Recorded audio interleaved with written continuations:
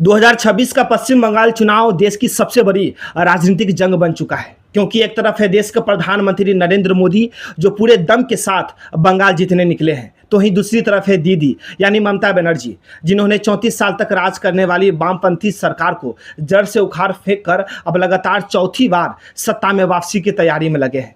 तो यहाँ पर सवाल यह है कि क्या इस बार बंगाल में परिवर्तन होगा या फिर दीदी फिर से इतिहास दोहराएगी। तो मैं यहाँ पर आपको बता दूं कि पहले बंगाल की राजनीति हमें समझना बहुत जरूरी है, क्योंकि 1977 से 2011 तक सीपीएम का 34 साल का शासन रहा। फिर 2011 में ममता बनर्जी ने इस लंबे राज को खत्म किया और अपनी सरकार बनाई टीएमसी की, और 2011 से लेकर अब तक लगातार टीएमसी की ही सरकार है। लेकिन 2019 के बाद से एक बड़ा बदलाव हुआ। बीजेपी बंगाल में मजबूत विपक्ष बनकर उभरी और 2021 चुनाव में भी बीजेपी ने जबरदस्त टक्कर दी, लेकिन अंत में जीत ममता बनर्जी की ही हुई। यहाँ पर मैं आपको बता दूं कि बंगाल में ममता बनर्जी ने सिंगूर और नंदीग्राम जैसे आंदोलन से अपनी पहचान बनाई। ये वही आंदोलन था जिससे 34 साल की सीपीएम सरकार को हटना पड़ा, और फिर लगातार ममता बनर्जी 3 बार सीएम बनी। सीएम बनते ही बंगाल में उन्होंने महिलाओं के लिए, स्थानीय मुद्दों के लिए, बंगाली पहचान दिलाने के लिए कई सारे काम किए, साथ ही कई सारी योजनाएं भी गरीबों के लिए लाए। यही सारे काम उनकी सबसे बड़ी ताकत बन गई।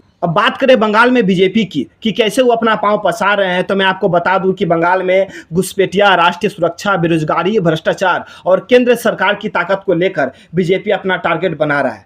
मतलब बंगाल में टीएमसी वर्सेस बीजेपी की जबरदस्त टक्कर है, और इस बार तो कुछ ज्यादा ही कांटे की टक्कर लग रहा है, क्योंकि इस बार नरेंद्र मोदी रैलिया पे रैलिया कर रहे हैं, अमित शाह लगातार रणनीति बना रहे हैं, और साथ ही बीजेपी के लिए 40 स्टार प्रचारक भी मैदान में उतरे हैं। मतलब बीजेपी पूरी तरह मोदी प्लस शाह मॉडल पर लड़ रही है, जबकि टीएमसी पूरी तरह ममता बनर्जी पर।